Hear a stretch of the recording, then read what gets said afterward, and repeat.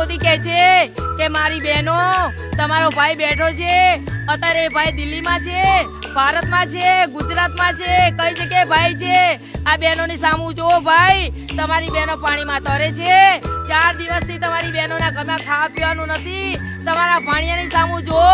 નરેન્દ્ર મોદી કહે છે કે મારી બહેનો તમારો ભાઈ બેઠો છે અત્યારે ભાઈ દિલ્હીમાં છે, ભારતમાં છે, ગુજરાતમાં છે, કઈ જગ્યાએ ભાઈ છે.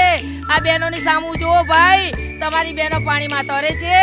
4 દિવસથી તમારી બહેનોના ઘરમાં ખાવા પીવાનું નથી. તમારા ભાણિયાની સામું જુઓ. એક ઘરમાં 1.5 થી 2 લાખનું નુકસાન. અમારું અનાજ બધું ખરાબ થઈ ગયેલું છે. હવે એનું શું કરવાનું? જ્યારે જે ચેક કરવાનું હોય ત્યારે કોઈ નથી આવતું. વોટિંગ માંગ્યું હોય ત્યારે બધા આવી જાય છે, ઢોલ વગાડીને વોટિંગ માંગવા આવે છે કે ભાઈ અમને વોટ દો.